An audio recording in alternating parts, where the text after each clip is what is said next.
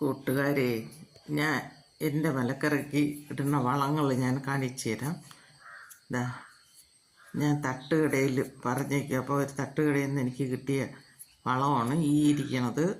അത് ഉള്ളിത്തൊലി. അവർ വടയൊക്കെ ഉണ്ടാക്കാനായിട്ട് എടുക്കുന്നതിൻ്റെ ഉള്ളി തൊലിച്ച് വെച്ചേക്കും. അതുപോലെ തന്നെയാണ് ഉള്ളിത്തൊലി, പഴത്തൊലി പഴം പൊരിക്കൊക്കെ എടുക്കണം. പഴത്തിൻ്റെ തൊലി അവർ ഉരിഞ്ഞ് വെച്ചേക്കുന്ന തൊലിയാണ് ഞാൻ എടുത്തുകൊണ്ട് വരും. ഇത് കൊണ്ടുവന്ന് നമ്മൾ വെള്ളം ഒഴിച്ച് വെച്ചേക്കും. വെള്ളം ഒഴിച്ച് ഒരാഴ്ച വെച്ചിരുന്നിട്ടാണ് ഞാൻ എടുക്കണം. ഇത് ഉള്ളിത്തൊലി പ്രത്യേകം ഇടും, പഴത്തൊലി പ്രത്യേകം ഇടും. അല്ലെങ്കിൽ കുറച്ചേ ഉള്ളെങ്കിൽ രണ്ടും കൂടെ ഒത്തിട്ടാണ് എടുക്കും.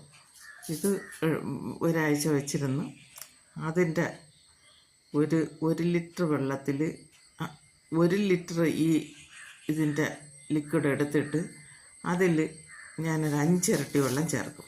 5 ഇരട്ടി വെള്ളം ചേർത്താണ് ഞാൻ ചെടിയൊക്കെ ഒഴിച്ചു കൊടുക്കുന്നത്. ഇതുപോലെ തന്നെയാണ് ഞാൻ കുന്നയിലയും ഇതുപോലെ തന്നെയാണ് എടുക്കുന്നത്. ഇത് രണ്ടും ഞാൻ ബക്കറ്റിലിട്ട് വെച്ചേക്കുന്നതാണ്. ബക്കറ്റിൽ നിറച്ച് വെള്ളം ഒഴിച്ച് വെച്ചേക്കും. ഒരാഴ്ച ഞാനിതുപോലെ വെച്ചിരുന്നിട്ടാണ് എടുക്കുന്നത്.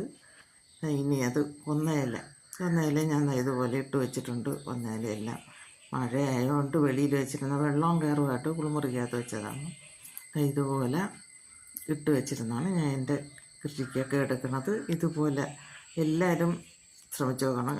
പറ്റുന്നവരൊക്കെ കടകളിലൊക്കെ പറഞ്ഞിരുന്ന ചായക്കടയിലും തട്ടുകടയിലൊക്കെ അവർ എല്ലാം ഇത് ഉപയോഗിക്കുന്നതാണല്ലോ. അപ്പോൾ നമുക്കത് വാങ്ങിച്ച് കൊണ്ടുവന്ന് ഇതുപോലെ ചെയ്യാം. എൻ്റെ വീഡിയോ എല്ലാവർക്കും ഇഷ്ടമാക്കി ലൈക്ക് ചെയ്യണം, ഷെയർ ചെയ്യണം, സബ്സ്ക്രൈബ് ചെയ്യണം.